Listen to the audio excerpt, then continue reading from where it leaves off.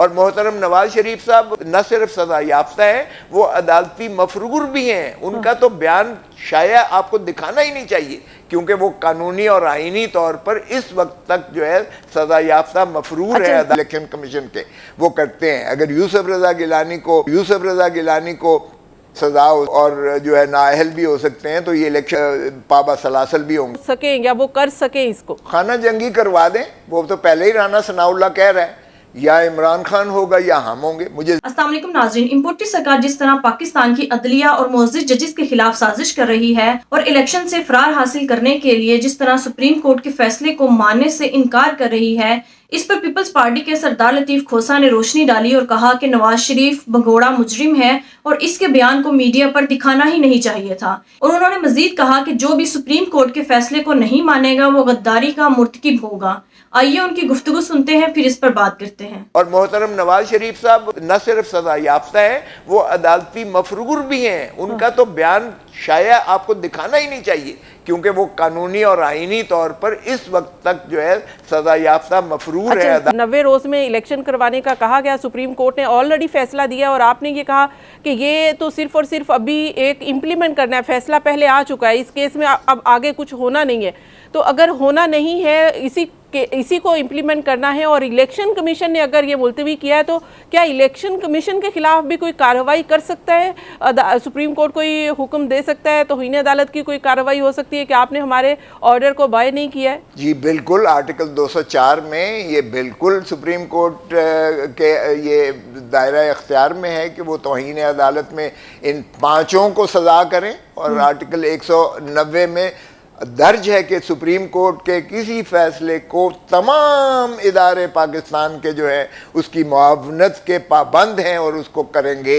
اس کو they will work in aid of the Supreme Court. بہت سخت جو ہے مینڈیٹ ہے کہ سپریم کورٹ کی جو کرنی ہے. تو اگر 5 ممبر الیکشن کمیشن کے وہ کرتے ہیں، اگر یوسف رضا گیلانی کو سزا ہو سکتی ہے توہین عدالت میں، تو اور جو ہے نااہل بھی ہو سکتے ہیں، تو یہ الیکشن کمیشن نااہل بھی ہوں گے اور یہ پابا سلاسل بھی ہوں گے. ان کو جو ہے سزا بھی ہوگی توہین عدالت کے ارتکاب میں.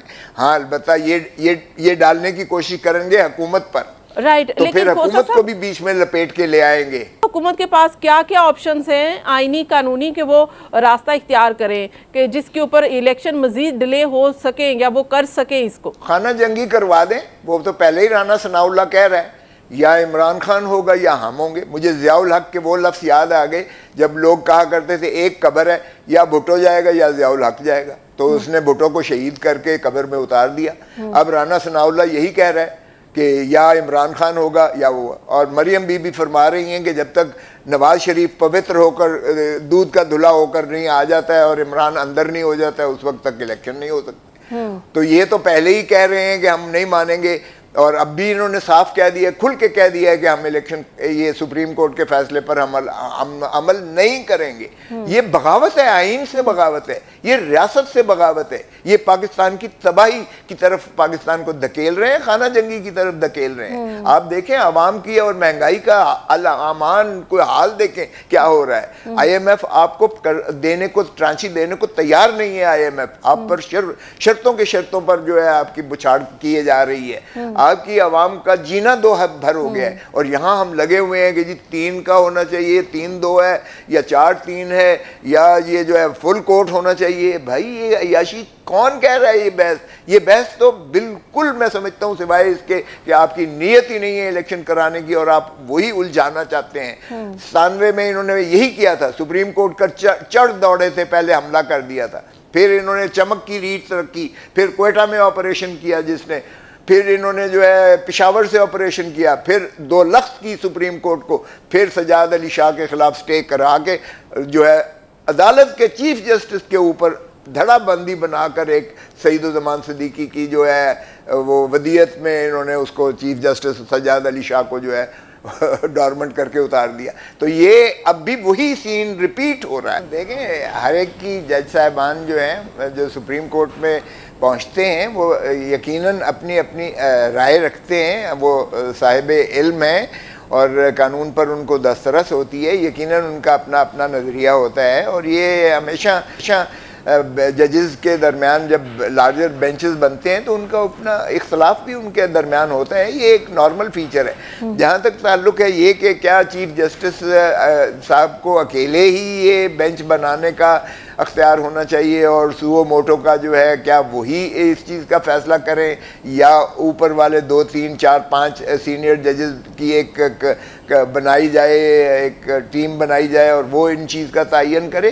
یہ بات کافی عرصہ سے زیر بحث رہی ہے، باروں میں بھی رہی ہے، ہمارے جو وکلاء تنظیموں میں بھی رہی ہے، اور یہ عدلیہ کے اندر بھی رہی ہے، اور جب بھی سال نو ہوتا ہے تو جج صاحبان تقاریر میں بھی باتیں ان چیز کا اظہار کرتے ہیں۔ لیکن جو سپریم کورٹ رولز 1980 کے بنے ہوئے ہیں ان میں چیف جسٹس ہی کو یہ استحقاق ہے کہ وہ سوو موٹو کسی معاملے پر جو ہے، چاہے وہ جج صاحبان کا نوٹ آئے، چاہے وہ رجسٹرار کی جانب سے نوٹ آئے یا کسی شہری کی جانب سے نالش ہو، وہ سوو موٹو کا اختیار چیف جسٹس ہی کی سول پریروگیٹو ہے ابھی تک جو مروجہ اس وقت کے ضوابط ہیں۔ یعنی کہ آپ یہ کہہ رہے ہیں کہ صحیح جسٹس قاضی فائز عیسیٰ کی جو از خود نوٹس پر آبزرویشن ہے ان کو مسترد کرنا بالکل ٹھیک ہے، یہ اختلاف کی بنیاد پر نہیں۔ دیکھیں وہ تو 5 ججز، 5 ججز کا پہلے بینچ، لارجر بینچ فیصلہ کر چکا ہے یہ، اور 2022 میں انہوں نے فیصلہ کیا، وہ رپورٹڈ ججمنٹ ہے P L D 2022 supreme court میں۔ جب 5 جج صاحبان یہ فیصلہ کر دیں کہ یہ چیف جسٹس کا سول پریروگیٹو استحقاق ہے تو پھر کوئی اس سے کم تر بینچ جو ہے تعداد کا وہ اس پر حاوی نہیں ہوتا ہے۔ سو یہ جو کی گئی ہے رجسٹرار کی جانب سے ایک کلیریفیکیشن دی گئی ہے کہ 5 ججز کا، اور اس کا احاطہ بھی کیا گیا ہے کہ وہ جرنلسٹ کے رائٹ، فنڈامنٹل رائٹس پر جو ہے سنتے ہوئے 5 جج صاحبان نے یہ فیصلہ کیا تھا کہ یہ خالصتاً استحقاق صرف چیف جسٹس صاحب کا ہے سوو موٹو بینچز بنانے کا اور سوو موٹو کیس کو ٹیک اپ کرنے کا۔ تو 3 ججز جو ہیں اس کو، 5 ججز کو اوور رائڈ نہیں کرتے، لہذا اس فیصلے کو انہوں نے کہا کہ نظر انداز کیا جائے۔ تو اس میں کوئی ایسی بات نہیں ہے، ججز صاحبان کے درمیان اختلاف رائے ہوتا ہے، اور جہاں تک تعلق ہے فل کورٹ کا کوئی مذائقہ نہیں ہے، لیکن کوئی ڈکٹیشن نہیں دے سکتا ہے۔ مگر یہاں تو حکومت کی یہ استدعا، یہ ریکویسٹ، یہ بدنیتی پر مبنی ہے کہ 15 کے 15 ججز بیٹھ کر کریں، 15 میں سے بھی پھر کہتے ہیں جی 2 تو نہ ہوں، یہ 2 نہ ہوں، تو پھر اس کا مطلب ہے آپ اپنے من پسند مسلط کرنا چاہتے ہیں۔ یہ دراصل اس کو کنفیوژن کریٹ کرنا چاہتے ہیں، حالانکہ ایشو صرف اتنا ہے کہ آئین میں مندرج ہے کہ ناٹ لیٹر دین 90 ڈیز۔ ناظرین، جیسا کہ آپ سب جانتے ہیں کہ نون لیگ ضیاء الحق کی گود سے پیدا ہوئی ہے، اور آج بھی نون لیگ میں ضیاء الحق کی فطرت پائی جاتی ہے۔ جس طرح ضیاء الحق نے ذوالفقار علی بھٹو کو شہید کروایا اور کہا کہ یا تو آپ رہیں گے یا ہم، اور آخرکار انہیں شہید کروا دیا گیا، اسی طرح رانا ثناء اللہ جیسے بدماش بھی آج کل یہی بیان دیتے نظر آتے ہیں کہ یا تو عمران خان رہیں گے یا ہم۔ لہٰذا پاکستان کی عدلیہ کو سلام پیش کرنا چاہیے جو پاکستان کے آئین اور عوام کے ساتھ کھڑی ہے، اور کل انشاءاللہ سپریم کورٹ کا جو فیصلہ آئے گا وہ یہ بات ثابت کرے گا کہ پاکستان میں بھی انصاف ہو سکتا ہے، اور امید کی کرن ابھی بھی باقی ہے۔ انشاءاللہ الیکشنز وقت پر ہی ہوں گے اور اگلے وزیر اعظم عمران خان ہی منتخب ہوں گے۔ ناظرین، آپ کے اس بارے میں کیا رائے ہے کامنٹ میں ضرور بتائیے گا۔ اگلی ویڈیو میں ملتے ہیں، تب تک کے لیے اللہ حافظ۔